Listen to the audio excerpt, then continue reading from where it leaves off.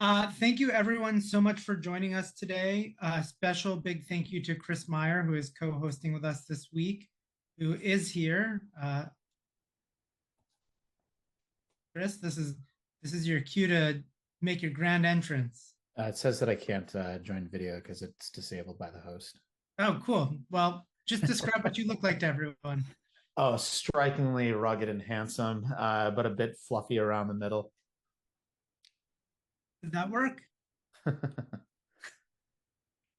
Start my video. There you go. There we go. Hi. See, There, exactly as described. exactly as described. Cool. Well, thank you to everyone joining us for the first time. Thank you to Chris for joining us and making the time. I know we're all very busy, so it's meaningful to come to a live recording. And also, it's a great time to get to know each of you, and also if you have any questions. So typically, we like to lead this as a little bit of an open conversation. So if you have questions, throw up your hand or just blurt out if we're ignoring you. We don't necessarily get to see what's happening in the chat because we're going to be so engrossed in conversation. If you do shout something out, I may say, please hold on to that till the end, or we'll answer it in real time if it is relevant. I went to art school, so I'm very used to people raising their hand and just not talking about the thing that we should be talking about. And I'm also guilty of that. So get me back on track if I start talking about anything else. But yeah, so thank you everyone who's here. For those of you who didn't get the email, we are inviting everyone here to the early access to our Black Friday special, which has not been posted publicly anywhere. You should have gotten an email. We'll drop a link at the end of the chat. I don't want to distract anyone with that right now. I will just say this deal is incredible. It's not going to happen again. You buy one annual license and you get four. So that's a very big deal if anyone's looking to scale up their business. So let's start today's conversation with Chris. Chris, tell us about yourself. How did you get up? How did you end up on this live podcast today? I'm trying to think of when and where we actually even met, but it's been a hot minute. It's September. I just celebrated 22 years in the industry. Started exclusively as a photographer at age 22. Started with a background in a little bit of Photoshop stuff. Did a lot of weddings, portraits, boudoir, family photos, those kinds of things. And then in 2011, I think I first kind of like started to dabble in the world of photo booths. And by 2015, I shut down my studio, which at the time was doing in between 500,000 and 600,000 a year in photography, because I was making more on the photo booth side of things. So I bring kind of a fun background of not just photographic knowledge, but my degrees are in organizational leadership, entrepreneurial studies, marketing and advertising, those kinds of things.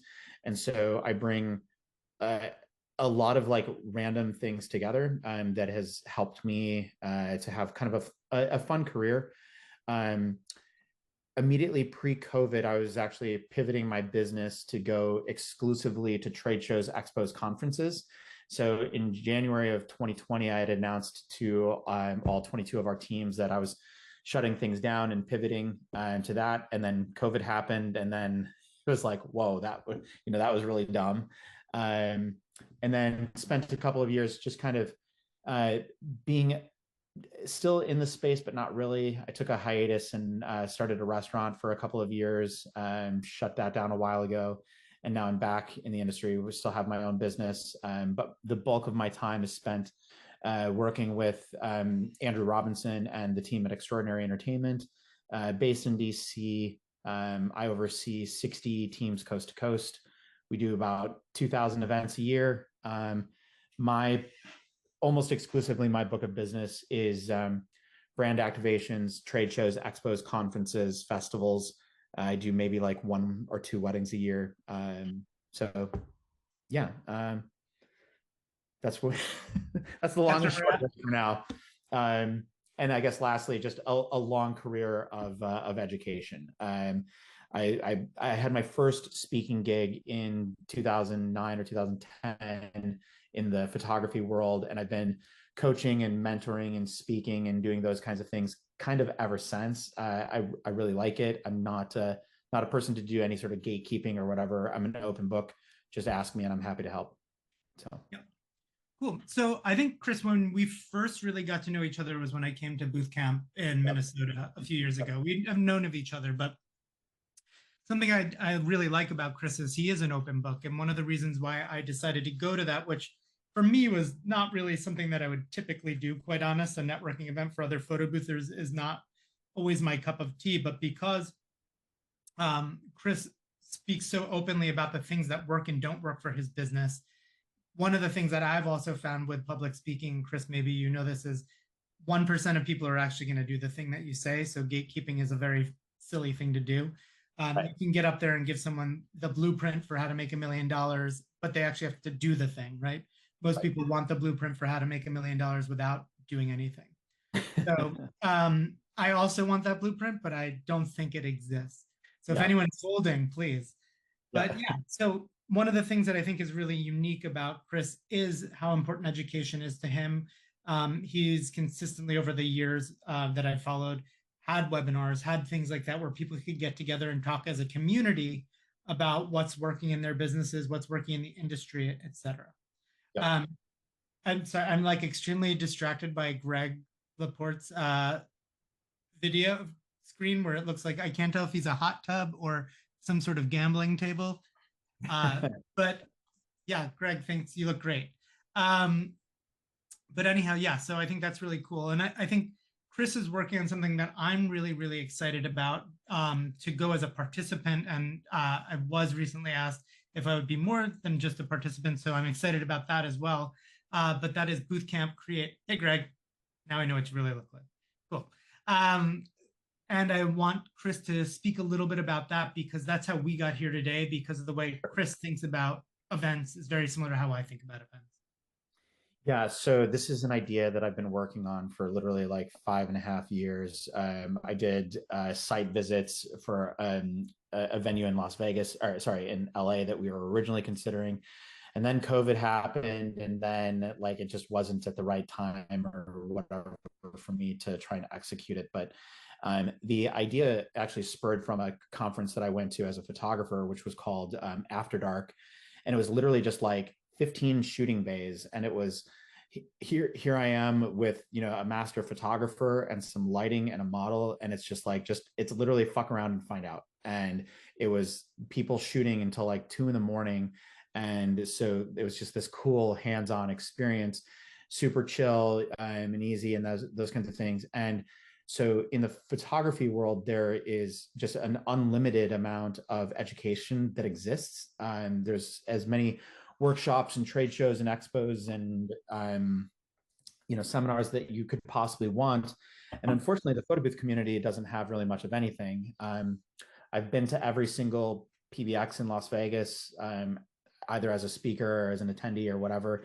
And so like I've wanted to create something that is much, much, much beyond that. And beyond what I've done in the past, which is, mostly just like me sitting there speaking for 2 days straight or something like that. But this is the first of its kind, hands-on, learn how to actually use the equipment and how to do some overly complicated things, whether it's light painting or multi-camera array or cinematograph or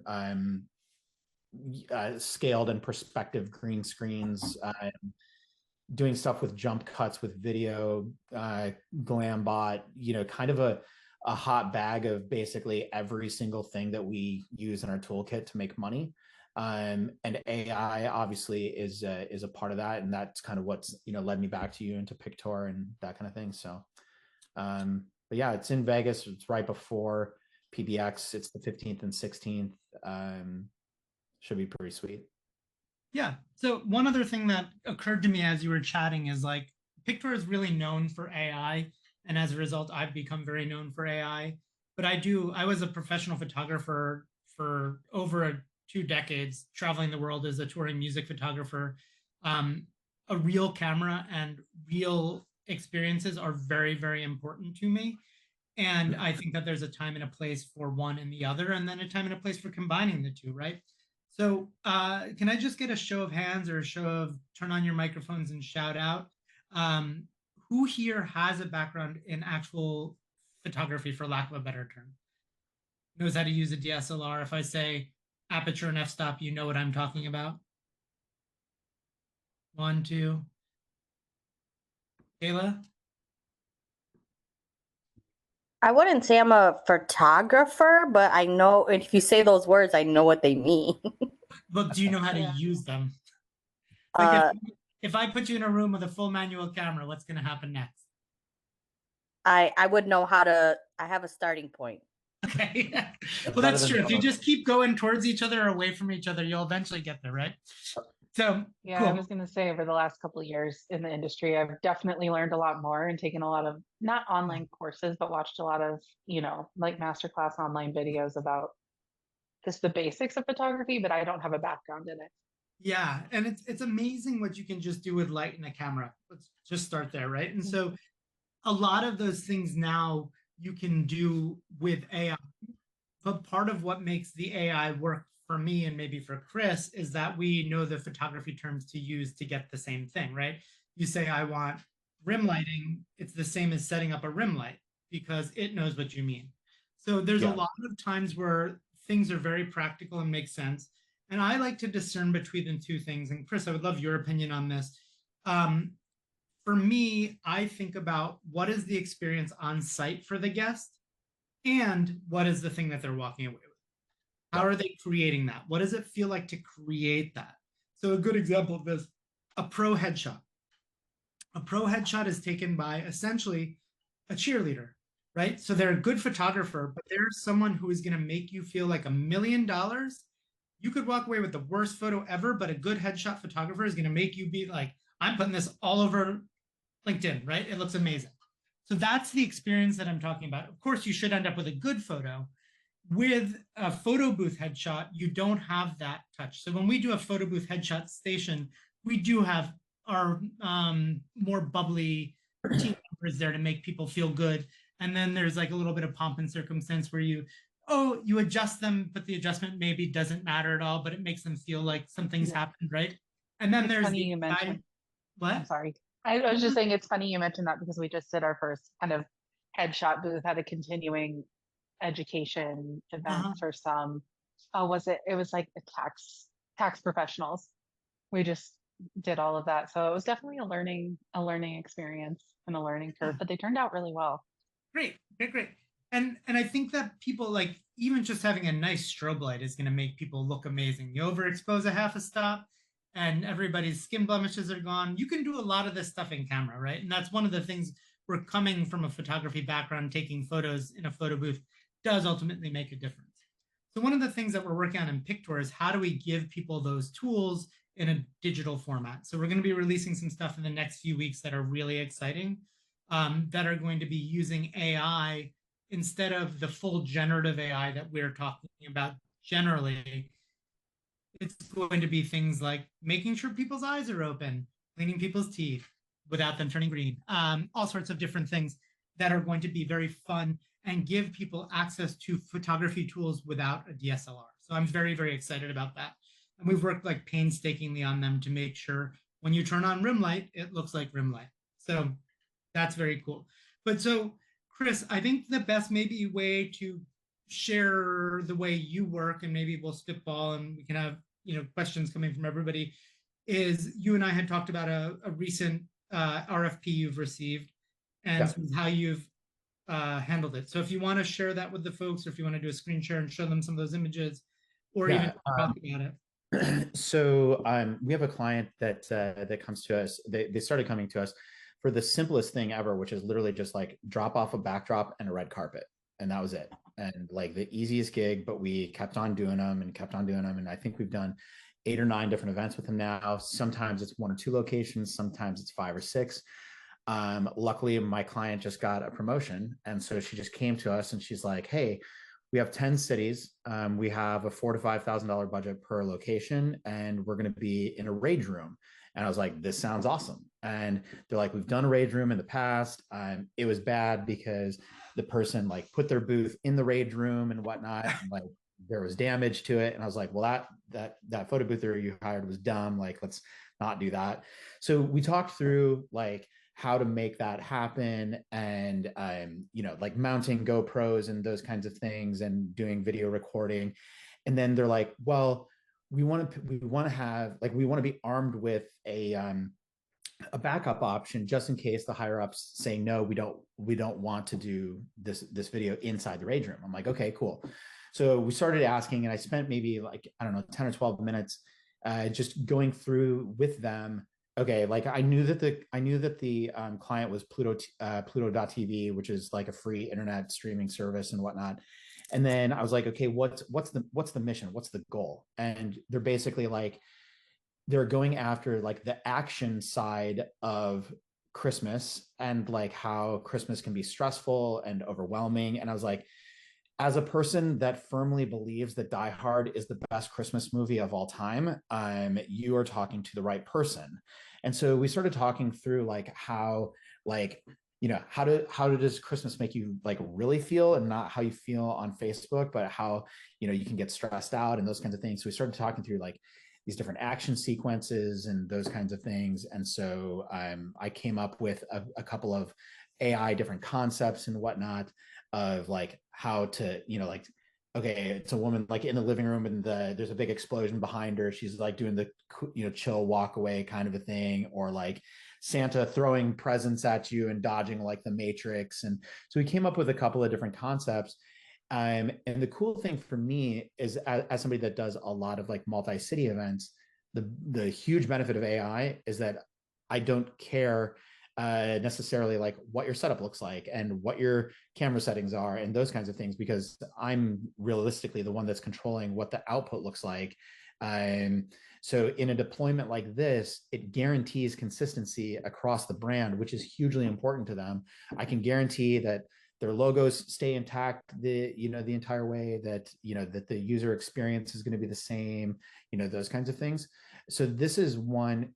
And like, I've been a person that has pushed back on AI for a long time as a photographer and as somebody that really loves the tactile experience and whatnot. I have pushed back against AI, but like, as we get more and more like weird requests, there is a lot of ways in which it can be deployed in like really unique and fun ways that definitely could not exist without it. So yeah, and I think piggybacking on that too, so this is an extreme example where you have like Christmas tree on fire, the person's there.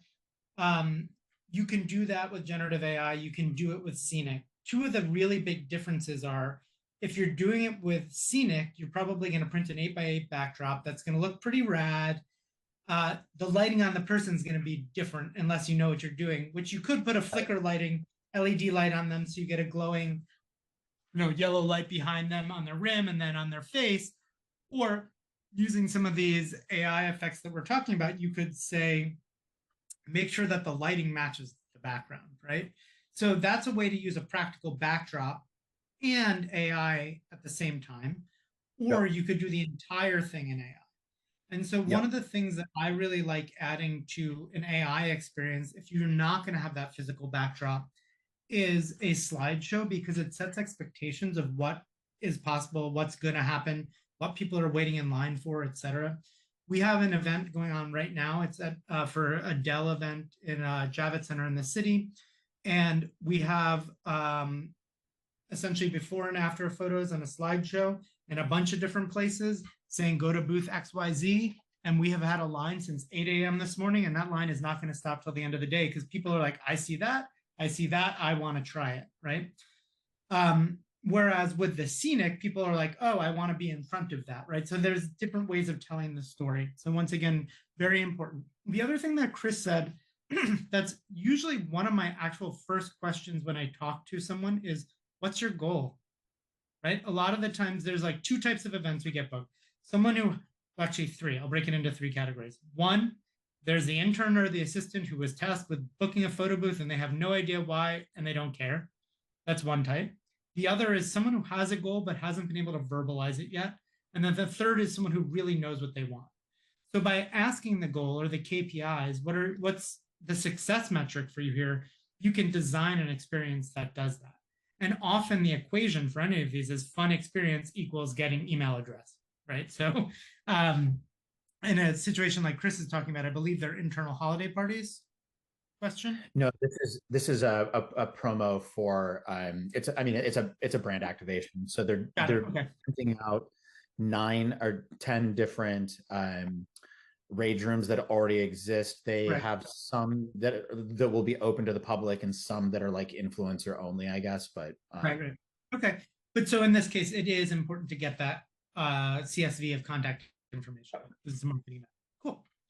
So next, so once you hone in on an idea, are you able to show those images? Do you feel comfortable doing that? Yeah. Or keep talking while I try and find okay, where the cool. hell they're at. So one of the other things that Chris is about to show you, and you'll note on them the little Gemini logo, something that if you guys are not doing currently with your clients, I use it for everything now. We were trying to have a conversation with someone about how to put a photo in an envelope. And instead of going and finding an envelope and taking an iPhone photo, I like described it and made an illustration and sent it to the client. And they're like, oh. So when you're talking with a client about an idea, AI is very hard for people to imagine because it can do almost anything, which once you give someone who's not a creative that much space, they can't imagine anything anymore a lot of the time. So let's look at these images that Chris just shared. You all see them in the chat? For those of you driving, let me see. I think I can. There should be a way for me to just share this image everywhere, but no. Okay, so we have, let me see if I can think of the easiest way to do this. Sure, I can just. Okay, you got it. All the other shit that's going on my screen, but.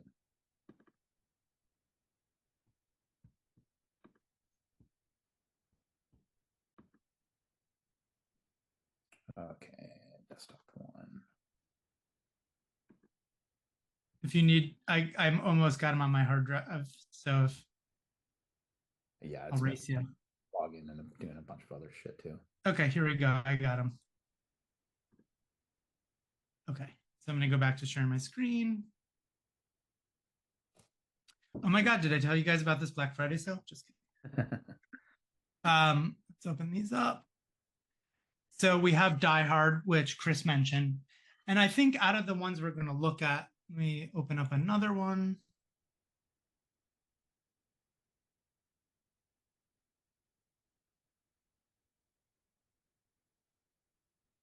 There are some of these that can be clear. Oh, no, that's the same Die Hard.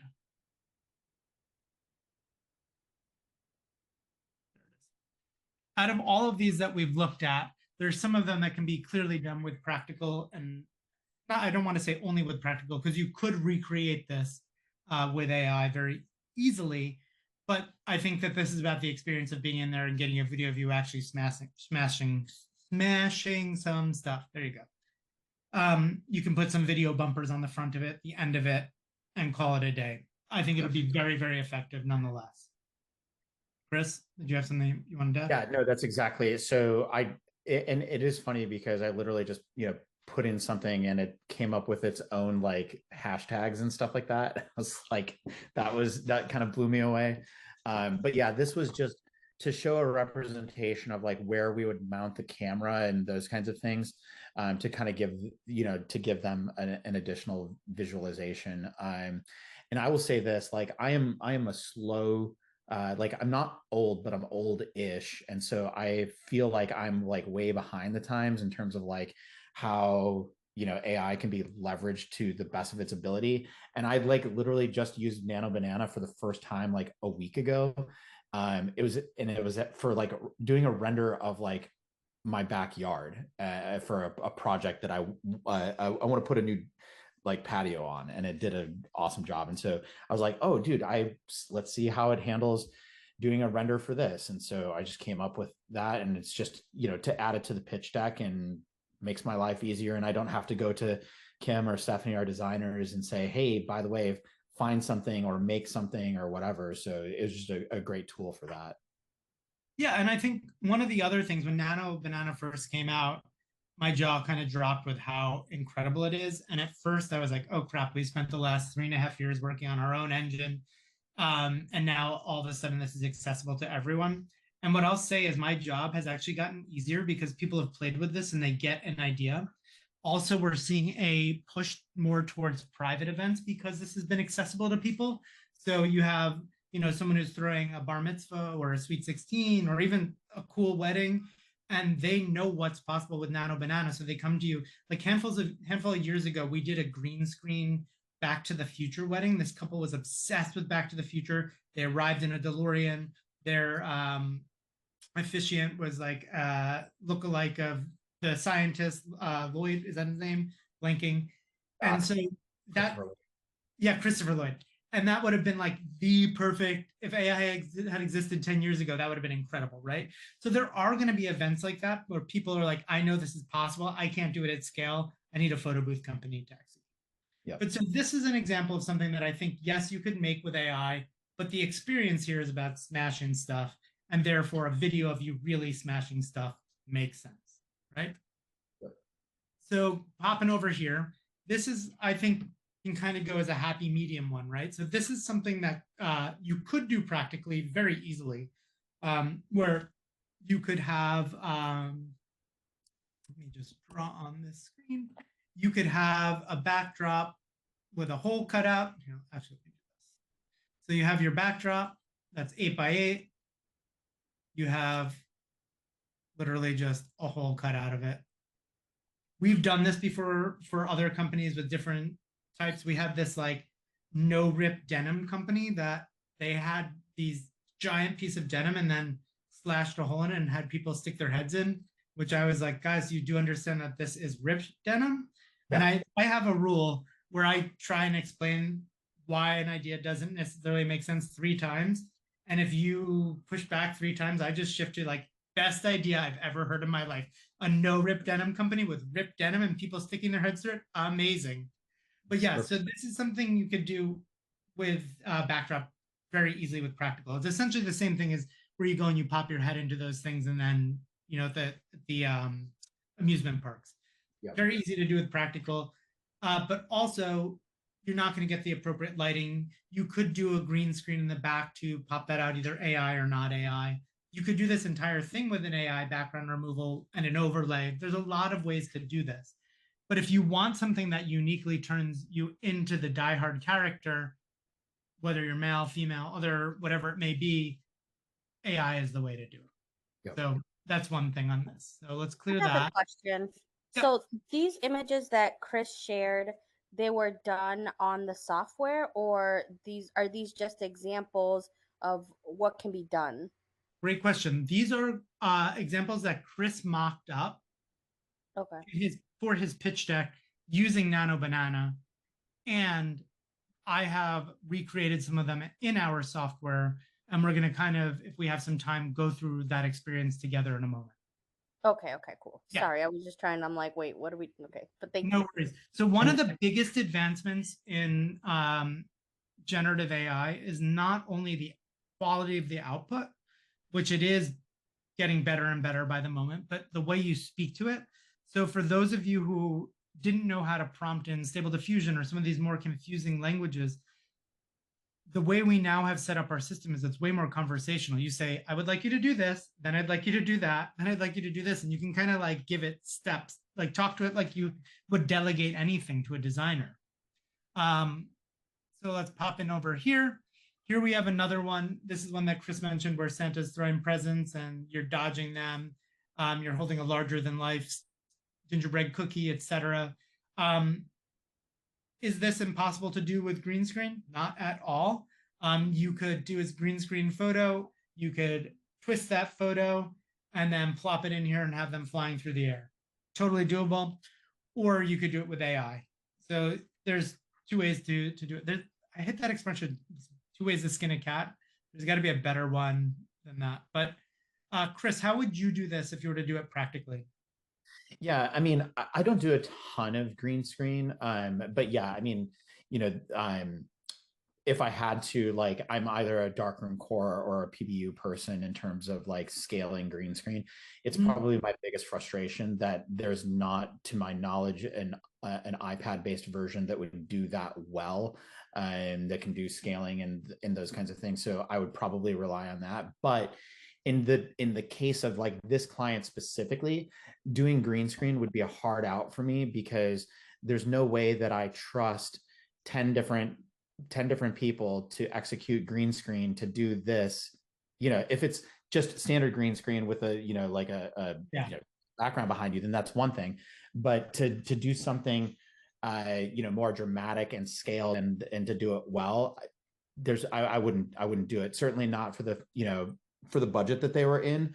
So like for me, this shot specifically would have to be AI. If I was doing it myself in a single location, then sure, I could do green screen with it, no problem.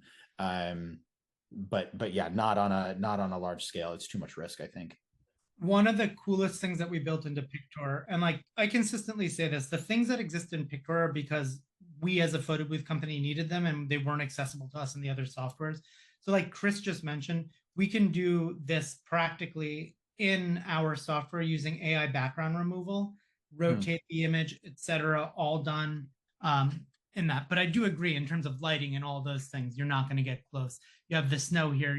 This is something I also would do with AI.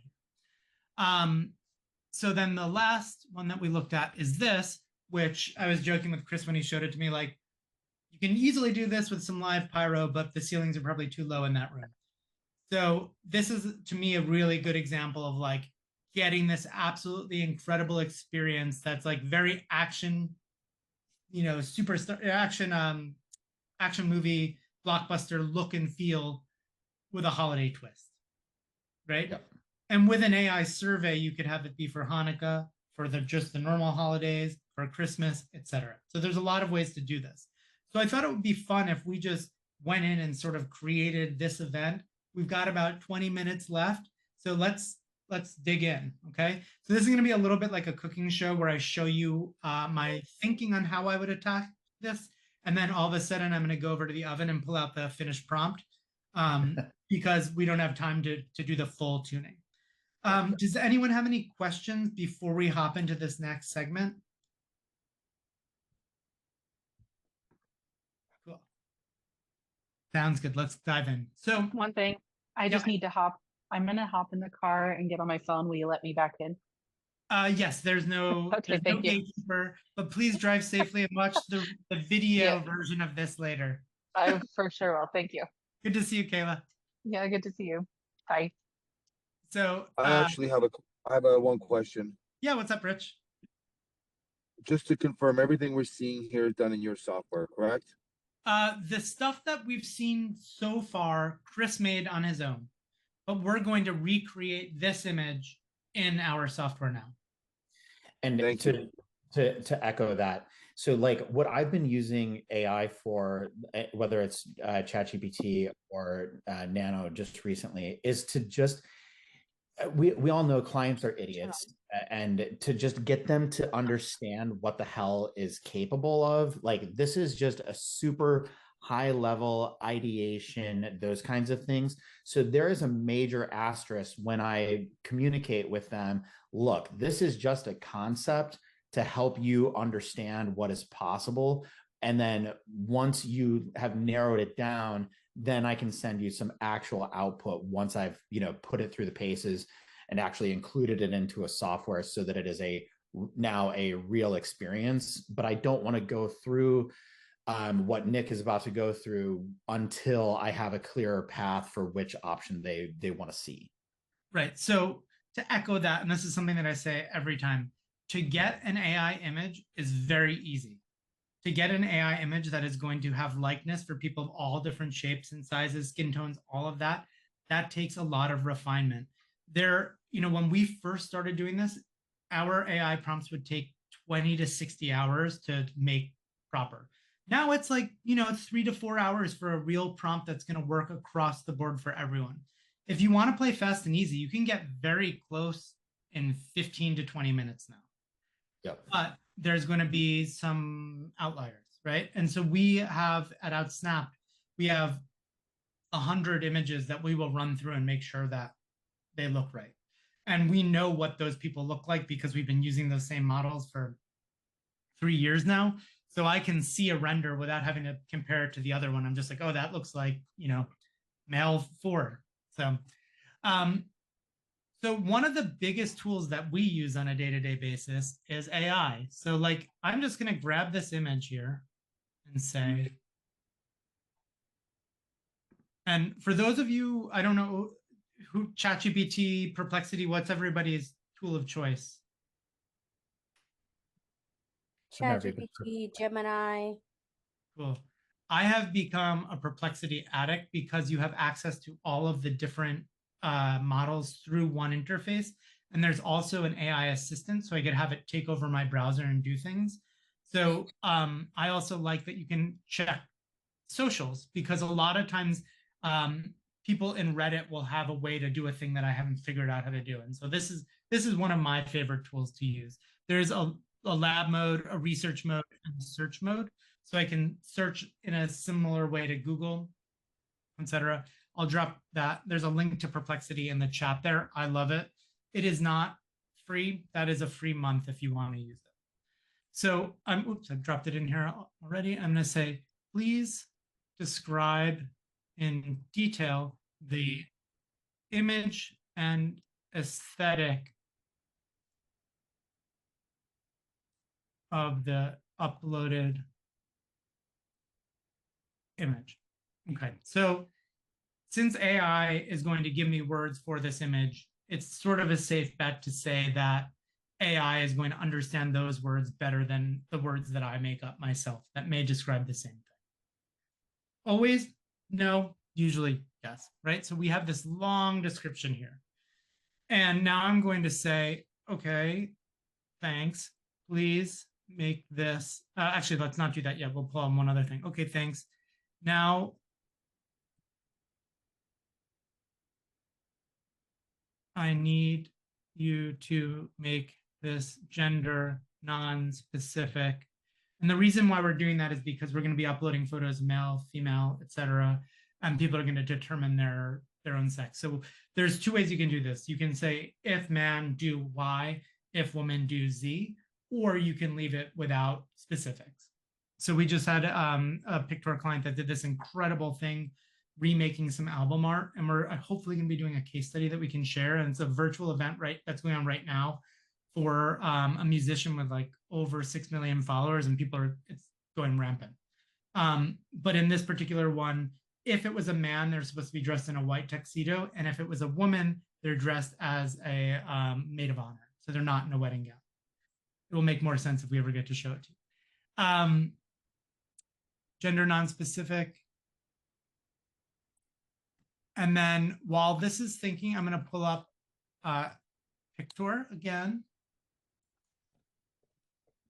And I'm going to go into my custom AI prompts. So I've already kind of done, like I said, the cooking show version of this. But what we'll do real quickly is we'll do one together. And I'm going to now just say, I'm going to pull these details and say, and so this takes a lot longer than your ChatGPT because it's actually checking all of these different sources to make sure that what it's doing is correct. Well, this actually didn't do what I asked it to do. It generated an image, but what I actually want is the text, but non-gendered. And while you're at it, please give it to me in this format in 1,000 words or less. Let's try that. So we are going to be updating this actually very soon. It could be as soon as next week. It's holding for a release. So one thing also you get to hear by being here is we're releasing, as I said, those kind of like AI effects, but AI video in beta next week. I never like to say a day because that's the best way for it to never happen on that day, but it's looking amazing. I'm so excited. Hopefully next week. So with that release, the way our custom prompt builder is going to be used is a little bit different because there's going to be prompting for video as well in there. So there's going to be this, which is sort of the Mad Lib style where we give you a little bit of a hint. And then we're also going to just have open text boxes where you can do a prompt without breaking it into this format. So this is very long, but I'm going to say, can you reduce to 500 words or less and ensure the likeness of the, oh, it doesn't know why we're doing this yet. Because I didn't tell it. We're going to be using this for a generative AI photo. Can you reduce the words to 500 or less and ensure the likeness of the uploaded photo? So just keep playing with this. You kind of get the idea. I'm starting to narrow it down to get these formats, right? So what I'm going to do is go into now my first renditions here, which is pretty rad, right? We're getting close, but I was having some trouble with likeness. So I kept playing with it. And then I eventually landed here where I think for those of you who can see me and this image, there's kind of no denying the likeness there, right? So what we can do here is we'll run this again. We'll select another test image here. We'll Eve from our team. And so this is through a lot of different iterations, right? So by coming in and adjusting which adjectives, which subjects, etc. So once we have this, we'll go and actually create that event. I personally am not at the stage where I like using logos in the AI generations. It is possible. I find that for a lot of folks that if they have a logo, someone like Pluto, they're going to be very specific to what it is. So I would either do like a rendition, so like a graffiti wall of the Pluto logo, right? So then there's variation for what the logo looks like in expectation wise. And my thing is anything that's trademarked should go on as a overlay. Anything that is open to interpretation can go in. So for example, I'll show you guys this. And this is about 3 years old, so it has gotten significantly better, but this is where I come from on this. So this is one of our OutSnap sales tools. But we did this experience with Coca-Cola a handful of years ago. And let me see if I can. They've kind of, it's like by zooming out, I can actually get closer. You'll see that these look like Coca-Cola logos, but if you look up close, they're not spot on, right?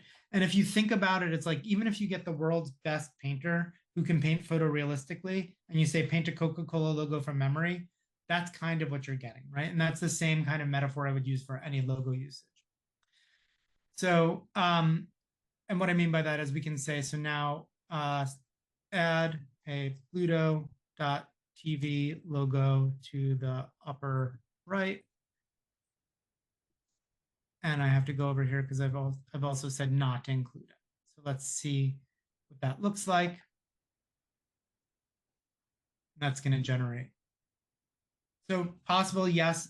I don't feel comfortable personally doing it, but we do have a lot of Pictor users who are throwing in logos this way. It's great for sports teams, etc. So you can put someone in an actual jersey, etc. But this way,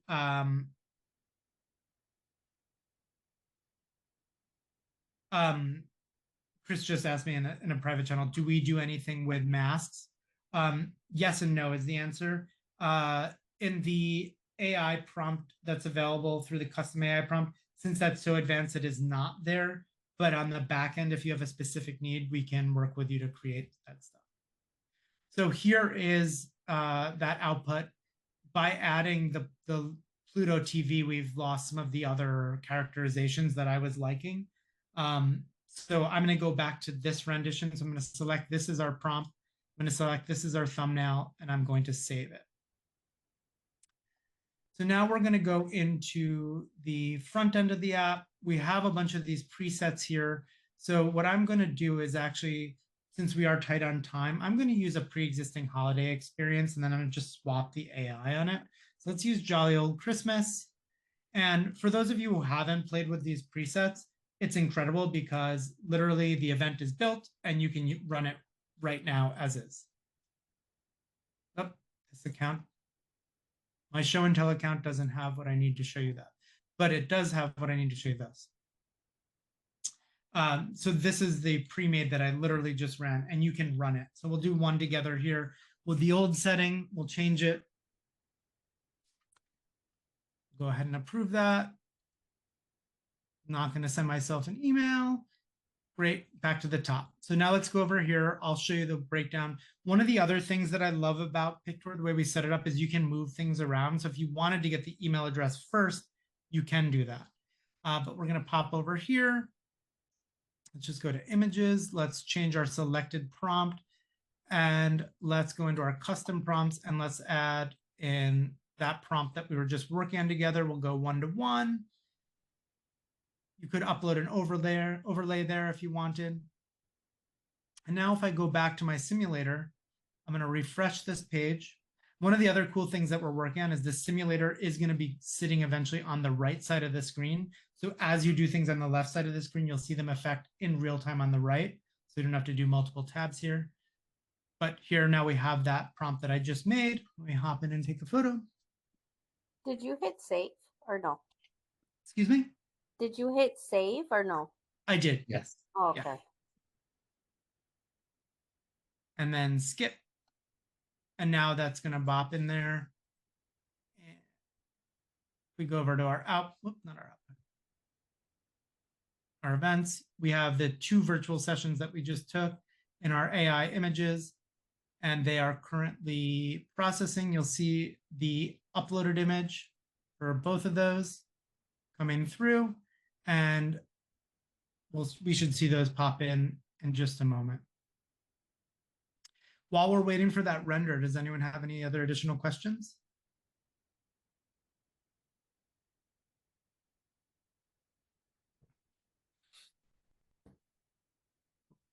So this one came through. And here we go. So this is my AI output with the new. Looks pretty much like me. And who wants to see a sample of the AI video? Just real quick, Yeah. Does Pictor always do like 4 different iterations, or you can control it to do as few or as many as you want? Great question. We have a simple flow, which is what we just used here just because we were running short on time. And then we have an advanced flow. In the advanced flow, you can have up to 8 outputs, 1 to 8. You can put them in a photo strip. You can do anything you want. It's a full template editor. Let me pop over and just show you the difference. So I will use this pre-existing template because it has a lot of things set up here. So if we were to now go into our flow stage and go into choose experience, all of these are different types of formats, but in the AI area here, you'll see, for example, this is 3 AI outputs. Got it. Or you could go and have 1 singular AI output. Sweet. So here we are. Here's the AI output that we just did. And I also in the back end triggered an AI video as well. But I'm not going to show it to you unless you guys act really excited. Yes.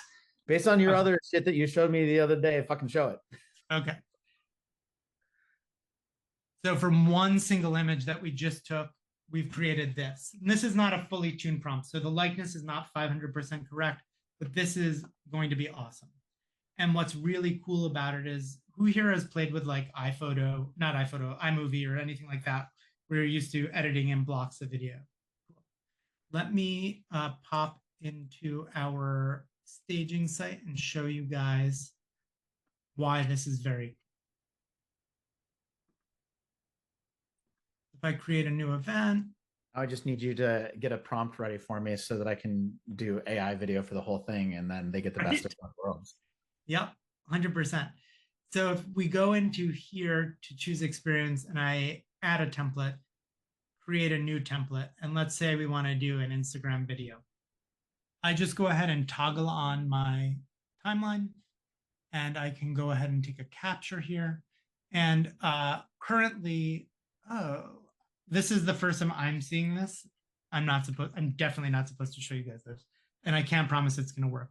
But by selecting AI video here now, it then is going to, I'm not going to have access to those same prompts because this is on staging, but let's see. So now it literally, I can go back to my timeline and I can make my timeline, we'll say 30 seconds long. And now I can just move these captures around. And when I'm not going to try and render this because like I said, I'm not supposed to be in here doing this and I'm going to get yelled at by the devs. But this is how it's going to work. So essentially you have the ability to put the AI video on a timeline. So you could have your Pluto TV bumper at the beginning, your Pluto TV bumper at the end.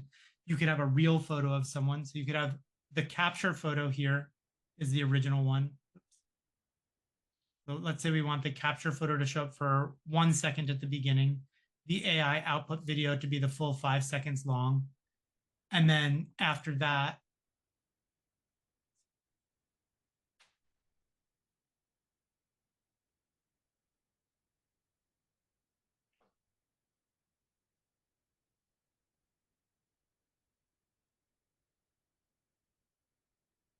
so your AI video would then be there.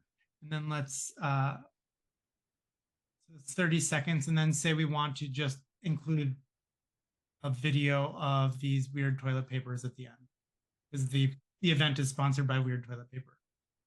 You would then come through and have that at the end. That's your bumper.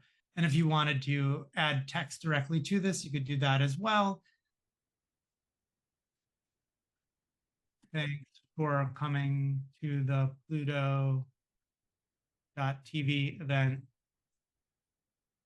sponsored by Weird Toilets. And then that can come over here.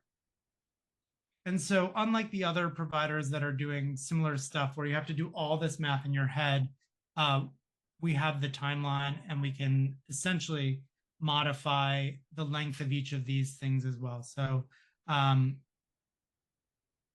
you can then put this at the end to pick up all that time.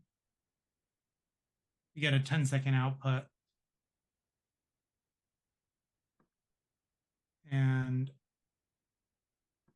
we're not going to see the render here, but you get the idea. Sweet. Cool. So that's very exciting to be able to show you. I do know that the front end here, which we're seeing, is not hooked up to the back end yet. So that's why I can't do a render. That's what should be coming up next week.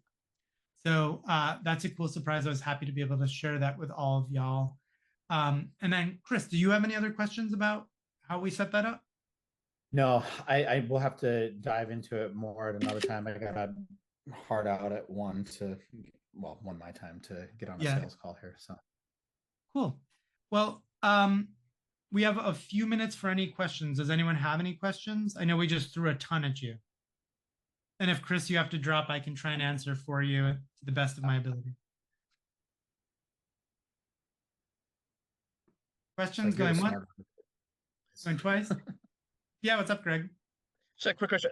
So once you've created all your prompts and everything at an event, and I know it's going to depend on the internet, et cetera, what's the typical render time on an AI generated photo in your software in Pictor?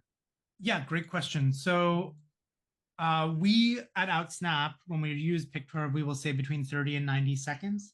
Our average with Pictor has been roughly 37 seconds. And that's from the time that it hits the cloud to the time it's literally on someone's phone. So like it's been delivered in that 37 seconds. And we're not sending up huge files, right? And one thing I was joking with Chris about before everyone joined is I've been loving this because we've been able to pull out so many old iPads and use them because the photo quality of the inbound isn't as important. Right. So as long as you can get a photo up to the cloud. Bye, Chris. Thank you so much for joining. Yeah, thanks for having me, guys. Appreciate it. Great. And we'll send out links to Bootcamp too for everyone. Appreciate it. Cool. Yeah, so typically if we go back over here, where is it? I went to the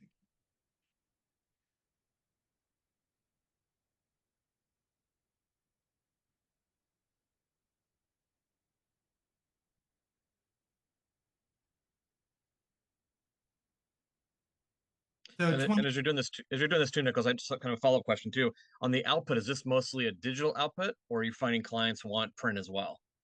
we at Outsnap, I hate doing printing. I love a print, don't get me wrong. I hate doing printing because it means I need a different type of person to work the event.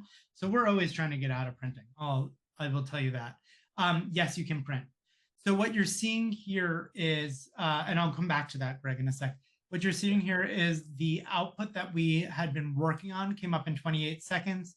The other one that we did used an old engine of ours, that's an archived prompt, and we had to spin up a new server for that. So even while spinning up a new server, by the time the photo was taken to delivered to the end user was 2 minutes. If we were to do that prompt immediately again, you'd see below a minute for sure. And then the one that we did with the fire was 28 seconds. And that's from in this case, upload to delivery. So 30 seconds.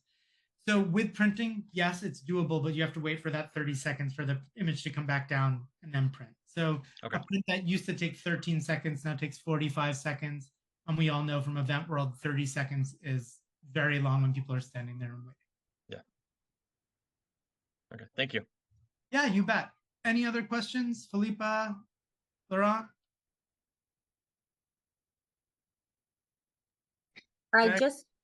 I know I had an account, but I'm going to create a second one.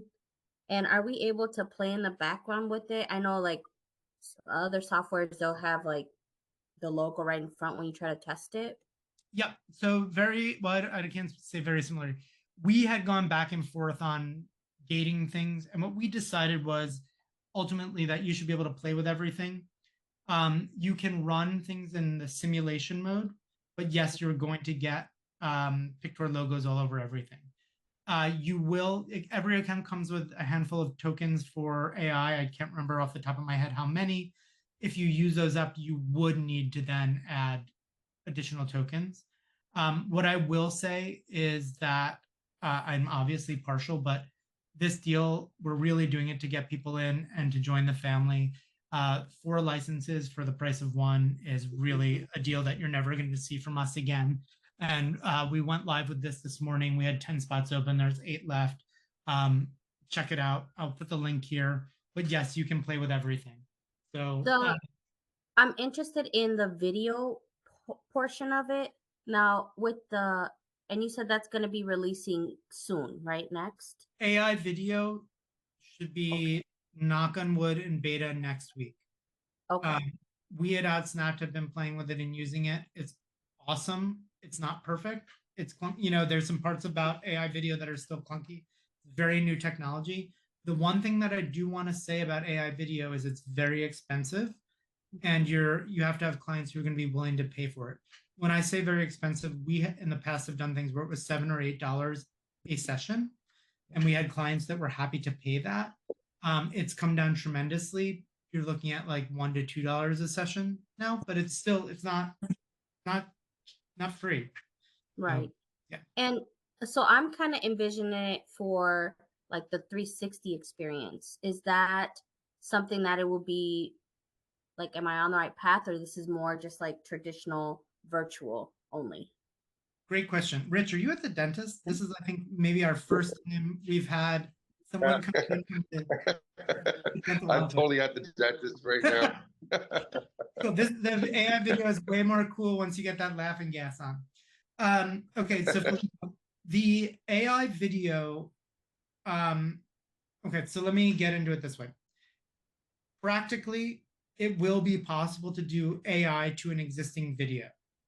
What that means is that you will have to, for every frame of that video, run it through AI, which would then be 5 to 10 cents per frame, 29 frames a second, 15 seconds. You see where this is going. Okay. What we are doing is we have... That's very expensive. Yes. You don't need the laughing gas to know that.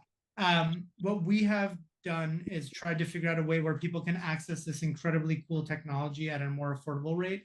So we're going from a single photo where you could essentially take a photo of a person and make a 360 video output with a single photo. And you don't need to bring the 360 booth there. Oh, right? So there are different ways to do this, and I'd like to see that. well, we're gonna have a bunch of really cool stuff we're sharing in the next few weeks, so stand by. But so, yeah. Just one question before I finish starting my dentist here. Yeah. Compared to Snapic, where sometimes it costs 6 credits to create an image, are you on par, below, or above that? Honestly, I couldn't tell you where we are compared to Snappic because we have not used their AI products. What I will tell you is that we are essentially charging what it costs us to do it. And the number of outputs. So if you have a photo strip that has 10 AI outputs on it. So for example, one image, it could do groups at 60 cents. It's 6 credits, so it's 60 cents per image. I don't know their token countdown, but for us, one output, I believe, is 5 tokens. And the tokens are one. No, go ahead. The token pricing will change depending on the amount that you buy in at. So I can just show quickly what that pricing is, and I'll drop it in the chat as well. So 7 cents per token up to 20 cents per token, depending on how many you buy. Got it. Thank you very much for the presentation. Yeah, you bet. And good luck at the dentist. Okay, I could start now. Okay. Okay. Cool. So we have time for one last question before we sign out. Anyone? Cool. Well, thank you everyone for joining us. I know everybody's very busy, so it's very meaningful that you are here. I have put in the chat the Black Friday sale, as well as, let me just grab the register. There's a link to register your account right here as well. So if you do not want to purchase an account, you can pop in there and register an account for free and play around. One last thing while we're here, I always like to show this.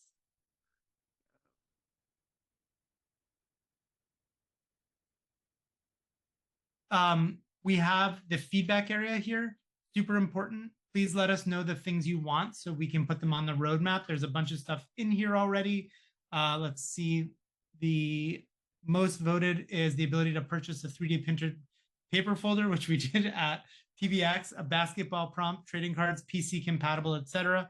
There's a ton of things in there. Please go vote for the things that are most important for you. We have real-time help for the free accounts. It's a 24-hour response time.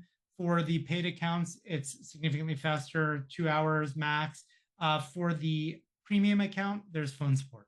So something to keep in mind as well.